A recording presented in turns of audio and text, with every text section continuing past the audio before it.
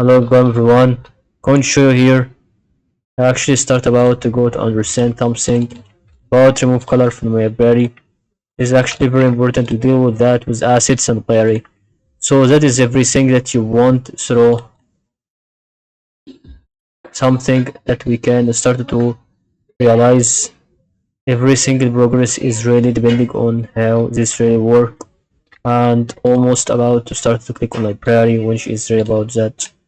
And then as you can see using the color style, that is really true that maybe if you can see it through variables, toggle variables, and then starting with really some kind of many colors right in front of you with this kind of variables, you can actually move it when you click on that and hide from publishing. You can see that is almost about that, maybe not hiding, but actually you can right click and delete variable, and that is all about how you start to delete a color style on a certain map or a certain thing.